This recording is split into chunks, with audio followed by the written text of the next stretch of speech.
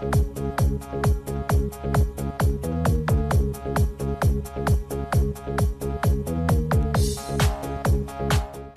pagi bosku, jumpa kembali bersama saya Cecilia dari Pilar Mas Investindo Sekuritas. Touch your heart, touch your profit. Nah, seperti biasa kita akan mulai saja nih market review kita hari ini, Rabu 15 Desember 2021 dengan episode Galau Merana. Maka dari itu jangan kemana-mana ya bosku, tetap di channel Pilar Mas Investindo Sekuritas. Touch your heart, touch your profit. Pionir Sekuritas Channel di Indonesia.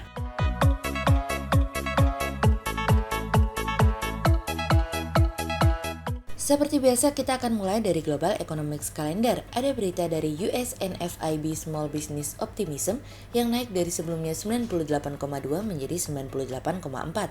Kemudian ada dari US PPI Final Demand Month on Month yang naik dari sebelumnya 0,6% menjadi 0,8%, sementara year on year naik dari sebelumnya 8,8% menjadi 9,6%. Kemudian ada dari Eurozone Industrial Production SA Month on Month yang naik dari sebelumnya minus 0,2% menjadi 1,1%, sementara year on year turun dari sebelumnya 5,1% menjadi 3,3%. Kemudian kita beralih ke corporate news. Ada berita dari PT Temas Tbk atau Temas yang membukukan pendapatan sebesar 2,35 triliun rupiah hingga kuartal 3 2021 dari kontan.go.id. Kemudian ada dari PT Kino Indonesia Tbk atau Kino yang beban iklan dan promosi Kino per kuartal 3 2021 tercatat sebesar 617,21 miliar rupiah atau naik 11,18% year on year dibandingkan beban iklan dan promosi perusahaan per kuartal 3 2020 sebesar 555,13 miliar rupiah dari kontan.go.id. Kemudian ada dari PT Linknet Tbk atau Link yang akan menganggarkan belanja modal atau capital expenditure senilai 3,07 triliun rupiah pada 2022 dari bisnis.com. Kemudian pada perdagangan hari Selasa tanggal 14 Desember 2021 IHSG ditutup melemah 47 poin atau minus 0,71% menjadi 6.615. Sektor teknologi, properti, consumer non-cyclical, finance, infrastruktur, consumer cyclical, energy, healthcare, basic industry, industrial bergerak negatif dan mendominasi penurunan IHSG kali ini. Investor asing di seluruh pasar membukukan penjualan bersih sebesar 263 miliar rupiah. Kemudian kita akan masuk ke market review kita hari ini. Cerita hari ini akan kita awali dari menanti The Fed. Pertemuan The Fed akan menjadi salah satu yang dinantikan pada pekan ini. Pelaku pasar dan investor mengharapkan bahwa The Fed akan mempercepat fase taper tantrum, namun juga memberikan signal kepastian akan kenaikan tingkat suku bunga pada tahun 2022 mendatang untuk melawan inflasi yang tercepat sejak 1980-an. Berdasarkan prediksi yang memenuhi pasar, kemungkinan akan ada perhitungan median dari 18 pejabat yang memproyeksikan 2 kenaikan pada tingkat suku bunga pada tahun depan. Banyak yang mengatakan bahwa pertemuan kali ini akan menjadi pergeseran hawkish terbesar sepanjang sejarah dot plot. Hal ini ditambah dengan kata-kata Powell yang mengatakan bahwa akan mempertimbangkan untuk mempercepat taper tantrum beberapa bulan lebih awal dari sebelumnya pertengahan 2022 mendatang. Proyeksi terkait dengan adanya pengurangan tambahan akan bertambah menjadi 30 miliar dolar per bulan nantinya yang diharapkan akan selesai pada bulan Maret mendatang. Fokus utama dari pelaku pasar dan investor adalah bahwa The Fed segera dapat melakukan penyesuaian terhadap situasi dan kondisi yang terjadi khususnya pasar tenaga kerja dan inflasi. Setelah kenaikan 2 kali pada tahun 2022 mendatang, diperkirakan masih akan ada 3 kenaikan lagi pada tahun 2023 dan 2 kali lagi pada tahun 2024 mendatang. Apabila hal ini terjadi, maka hal ini akan menjadi kenaikan tingkat suku bunga yang paling dahsyat sepanjang sejarahnya. Apabila taper tantrum selesai lebih awal, maka besar kemungkinan kenaikan tingkat suku bunga The Fed akan terjadi pada bulan Maret 2022 mendatang. Powell terlihat tidak akan segan kali ini nih bosku untuk mengambil sebuah tindakan melalui kebijakannya. Apalagi setelah melihat data inflasi yang kembali mengalami kenaikan dari sebelumnya 6,2% menjadi 6,8% dan menjadi yang tertinggi dalam kurun waktu 40 tahun terakhir. Otomatis, mau tidak mau The Fed harus mengejar inflasi untuk dapat mengendalikan inflasi yang dimana Powell sudah tidak mau lagi menyebutnya sebagai sementara. Apalagi saat ini The Fed harus menghitung variabel baru bernama Omicron. Meskipun The Fed sudah mengatakan bahwa terlalu dini untuk menilai dan mengukur dampak Omicron bagi perekonomian Amerika, ketidakpastian inilah yang akan mempengaruhi pertumbuhan ekonomi dan penciptaan lapangan kerja sementara yang memiliki pengaruh yang lebih banyak terhadap inflasi. Asian Development Bank sendiri sudah memangkas proyeksi perekonomiannya untuk emerging market di Asia akibat kemunculan Omicron. GDP di Asia akan naik sebesar 7% pada tahun ini, namun angka ini merupakan angka revisi dari sebelumnya yang berada di 7,1%. Ketika The Fed mengambil tindakan yang jauh lebih agresif, langkah berbeda mungkin akan dilakukan oleh Bank Sentral Jepang yang lebih mengambil pendekatan yang lebih kalem untuk dapat mengurangi stimulus tanpa harus mengguncang pasar. Dalam beberapa bidang, Bank Sentral Jepang malah justru sudah melakukan pengurangan pembelian stimulus namun secara perlahan sehingga tidak memberikan riak di pasar. Pendekatan seperti ini akan membuat gubernur bank sentral memiliki ruang untuk bermanuver lebih besar tanpa harus memberikan dorongan terhadap pasar. Namun sikap Bank Sentral Jepang lebih fleksibel saat ini dibandingkan dengan bank sentral lainnya.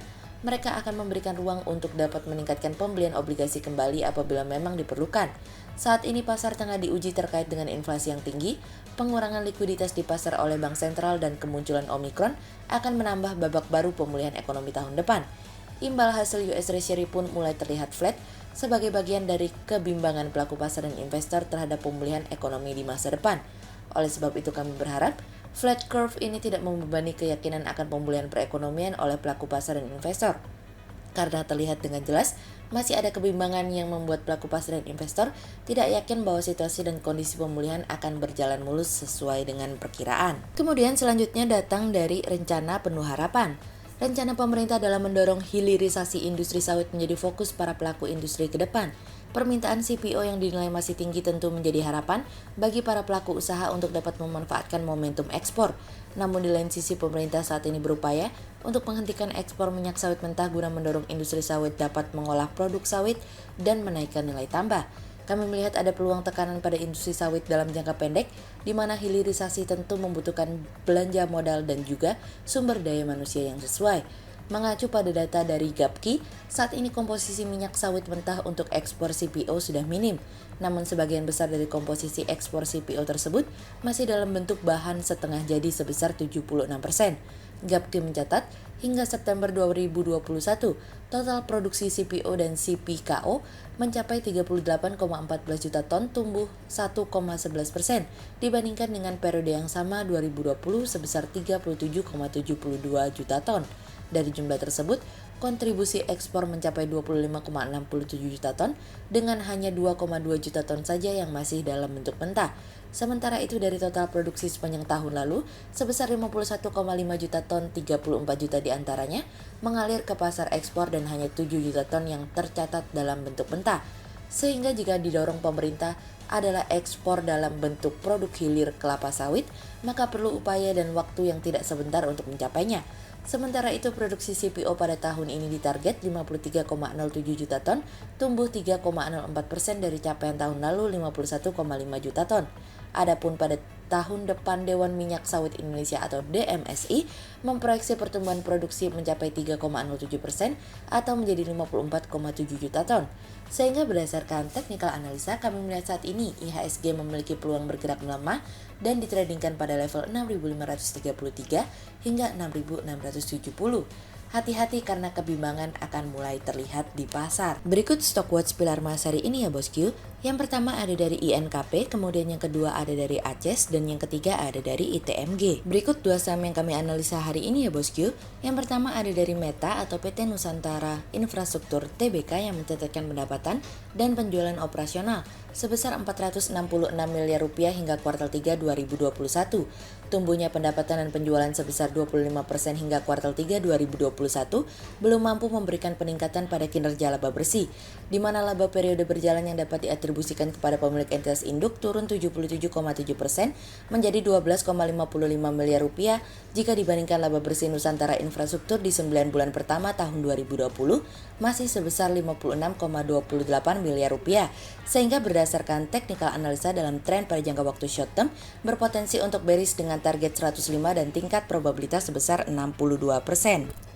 Kemudian yang kedua ada dari Temas atau PT Temas Tbk yang membukukan pendapatan sebesar 2,35 triliun rupiah hingga kuartal 3 2021. Manajemen mencatatkan kinerja yang cemerlang hingga kuartal 3 2021, di mana tumbuhnya pendapatan memberikan kontribusi pada laba bersih. Manajemen membukukan pendapatan sebesar 2,35 triliun rupiah hingga kuartal 3 2021. Realisasi tersebut melesat 21,13% dari periode yang sama tahun sebelumnya yang hanya 1,94 triliun rupiah. Sehingga berdasarkan teknikal analisa dalam tren pada jangka waktu short term berpotensi untuk bullish dengan target 1600 dan tingkat probabilitas sebesar 56%. Berikut 40 saham pilihan dari Pilar Mas.